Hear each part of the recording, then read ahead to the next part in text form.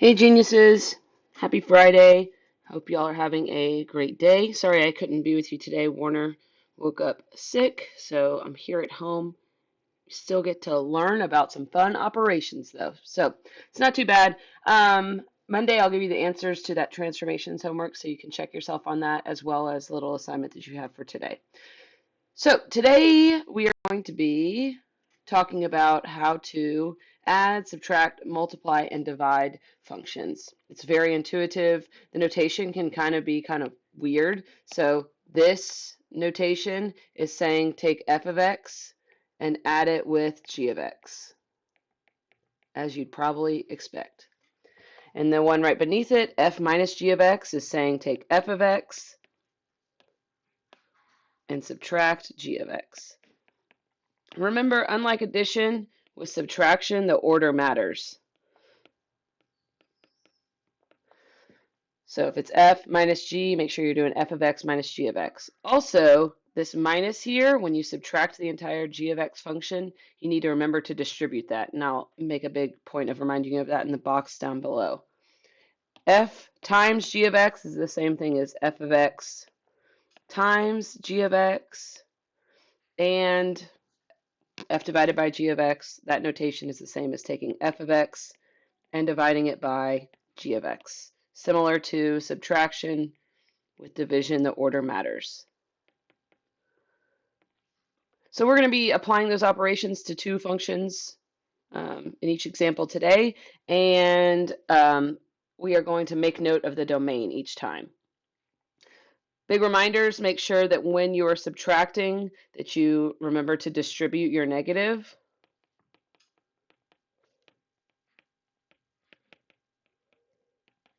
That's mainly that reminder up here when you're subtracting.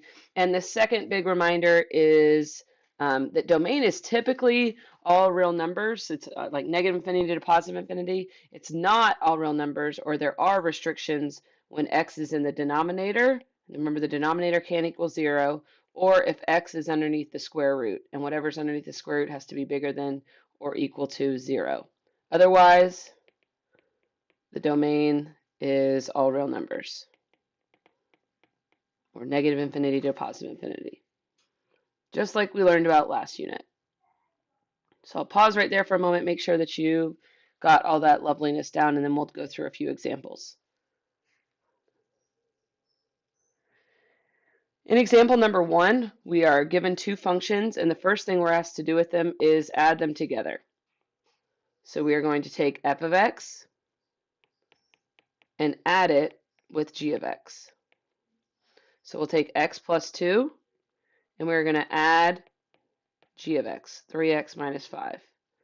Since it's just an addition problem, you don't even have to write those parentheses around 3x minus 5. You can just bring it down, 3x minus 5. Combine your like terms. X combines with 3x to give you 4x, and 2 combines with negative 5 to give you negative 3. So that is f of x plus g of x. Our domain, ask yourself, is x in a danger zone? Is it underneath a radical or in a denominator? Hopefully you're thinking, no, it's not. So you're thinking, oh, great. So the domain is all real numbers or negative infinity to positive infinity. Subtracting is very similar. We just have to make sure that we distribute our negative like I was referencing before. So we have x plus 2, which is f of x. So if you need to write what this notation is, sorry, it's f of x minus g of x. And we're subtracting the entire g function. So we're going to put minus 3x minus 5. We need to make sure that we take this negative and we distribute it to both terms inside.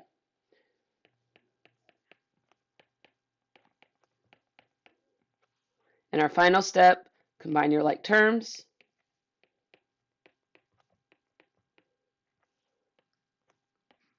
To get negative 2x plus 7. Again, ask yourself what x can be. Are there any restrictions on it? Hopefully you're thinking, absolutely not. So we can just make a reminder that our domain is all real numbers. Getting into the multiplication on part C, we know it's multiplication because those two letters are smushed together. This is the same thing as f of x times g of x. So we're going to take x plus 2 and multiply it with 3x minus 5. If you like to use the box method to do that, you can use some space to do that, or you can simply distribute to get 3x squared minus 5x plus 6x minus 10. Combine your like terms to get 3x squared plus x minus 10. In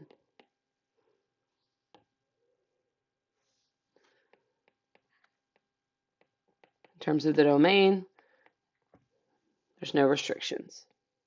So it's all real numbers. The last one we'll talk about is how to divide. When we divide, this is just telling us to take f of x and divide it with g of x. The order matters. F in the numerator, g in the denominator. So we'll have x plus 2 over 3x minus 5. Do not do this. Oh, that's an x, so they cancel out. Absolutely not. When they are separate, when the expressions are separated with addition or subtraction, you cannot cancel over those operations.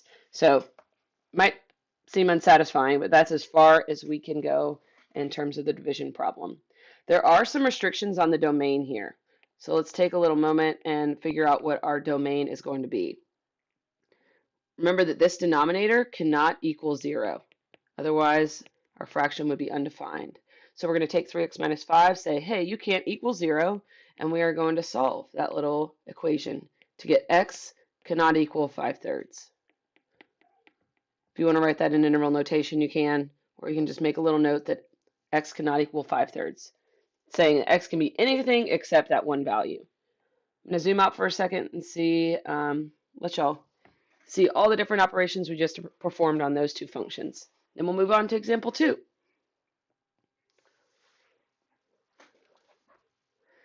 In example 2, doing similar things, except now we've got some x squareds involved.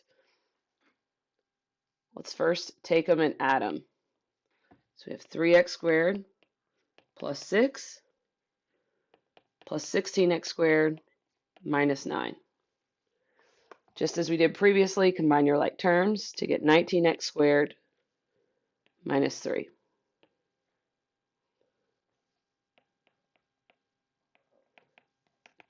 X is not under a radical, under a square root, nor is it in a denominator, so our domain is all real numbers.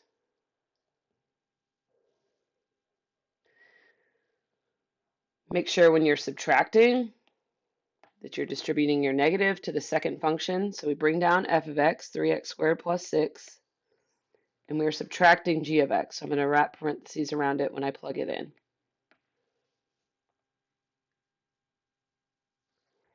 We have 3x squared plus 6 minus 16x squared plus 9 to get a final answer of negative 13x squared plus 15.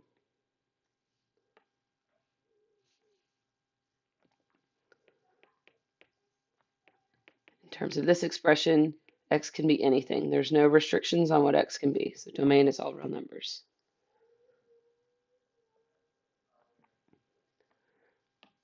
Moving on to multiplication, take f of x, multiply it with g of x. Again, box method if you'd like to, or simply distribute. Remember, when we take 3x squared and multiply it with 16x squared, we're going to get 48x to the 4th because we add the 2 and the 2 of the exponents together. Minus 27x squared.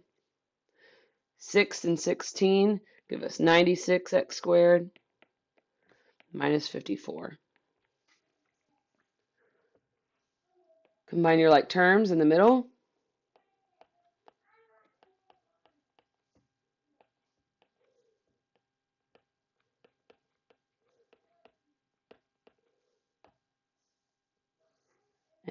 Just like before, the domain is all real numbers because x is not underneath the square root, nor is it in the denominator.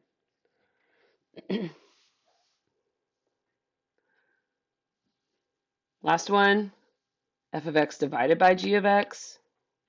We'll take 3x squared plus 6, which is f of x, divided by g of x, which is 16x squared minus 9. Just like before, do not do this. Oh, 6 and 9, those are both divisible by 3, so that's 2 and that's 3, and that x squared's gone. No, that's a big ol' no. I will have very little grace on you if you choose to make that silly mistake. You can only cancel if they're separated by multiplication. So that's as far as we get. We'd leave it just like that. We do have some restrictions on the domain though, because we have a denominator. So we have 16x squared minus 9. Say, hey, that can't equal 0, and we're going to solve. You can either solve using square roots, or you can solve using difference of perfect squares. I notice that these are both perfect squares, and they're separated by a minus sign. That's my preferred method here. Square root of 16x squared is 4x. Square root of 9 is 3. Separate one with a plus, one with a minus. Say, hey, you can't equal 0. You should get x cannot equal negative 3/4, and x cannot equal positive 3/4. If you're like, I never recognized DOPS, that's fine. Just set 16x squared minus 9 not equal to 0 and solve using square roots. Make sure before you take a square root that you're isolating the squared term. So we're getting 9 over 16 by itself. Take your square root, and when you actually do the action of taking the square root when you're solving an equation, you need to make sure to put a plus or minus out in front. Take the square root of the 9, you get 3. Take the square root of the 16, you get 4. So either way, you'll get x cannot equal 3/4 or negative 3/4. So just add that to our final answer up here.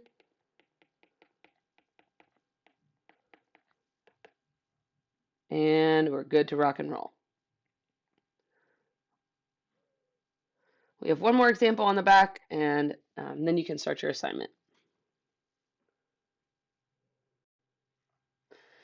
In our final example, we have some rational functions or fractions that we're going to be combining together, starting with f of x plus g of x. We'll get to do a little bit of practice adding fractions today.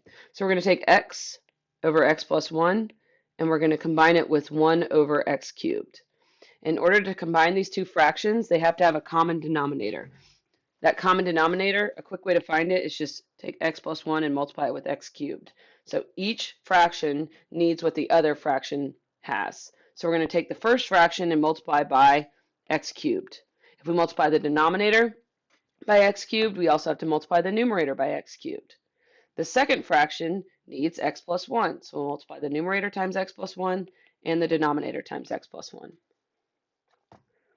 When we rewrite, we'll simplify each of these fractions. So we'll take x cubed and multiply it with x.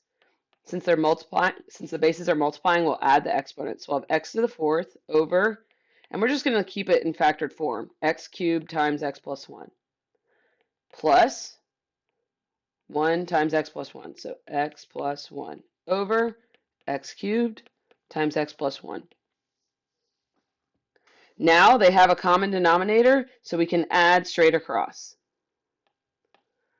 So we'll have x to the 4th plus x plus 1 all over x cubed times x plus 1.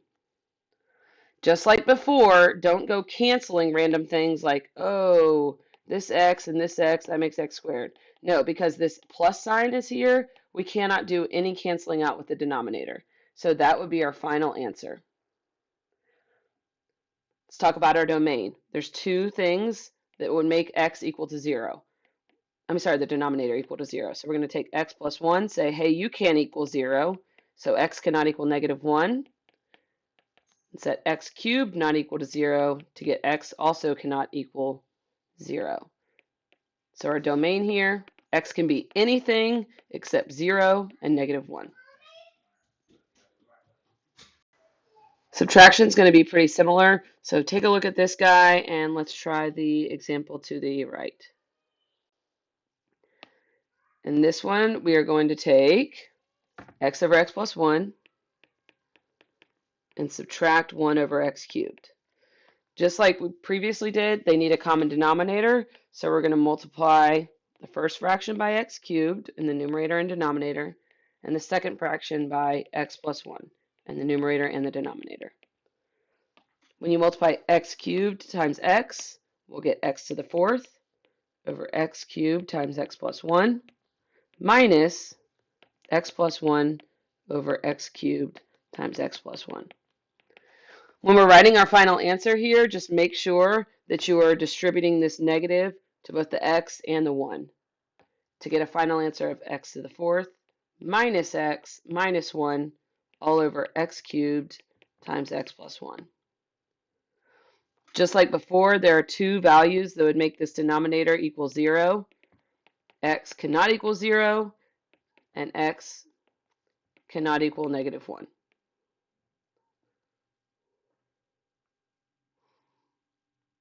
So that is addition and subtraction, where you have to find a common denominator. Rewind if you need to see what we did at any point along the way. In part C, we're simply multiplying, so it actually gets a little easier. So we're going to have 1 over x plus 1. Is that what it was? Or sorry, x over x plus 1. X over x plus 1 times 1 over x cubed. Unlike with addition and subtraction, where you have to have a common denominator, when you're multiplying, you do not. You simply multiply straight across, multiply straight across. So we'll have 1 times x, oops,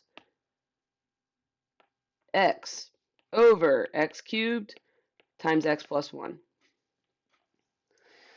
Now we can simplify if we want to. This x over x cubed can simplify because the x cubed is separated from its buddy of x plus 1 by multiplication. X divided by x cubed gives us 1 over x squared times x plus 1. That would be our final answer. In terms of your domain, very similar to before. You can set x squared not equal to 0 and get x can equal 0. You can set x plus 1 not equal to 0 and get x cannot equal negative 1.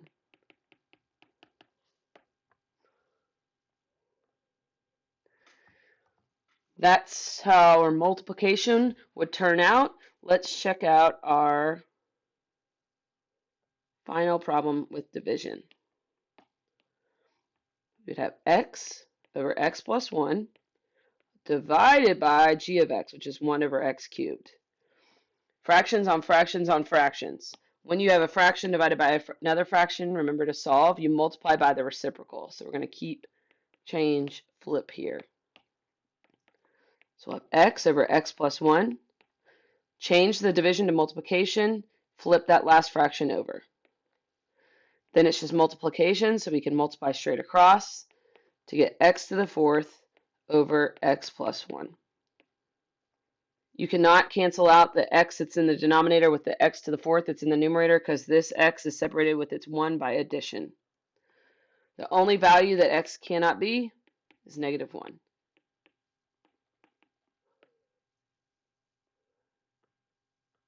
You did it.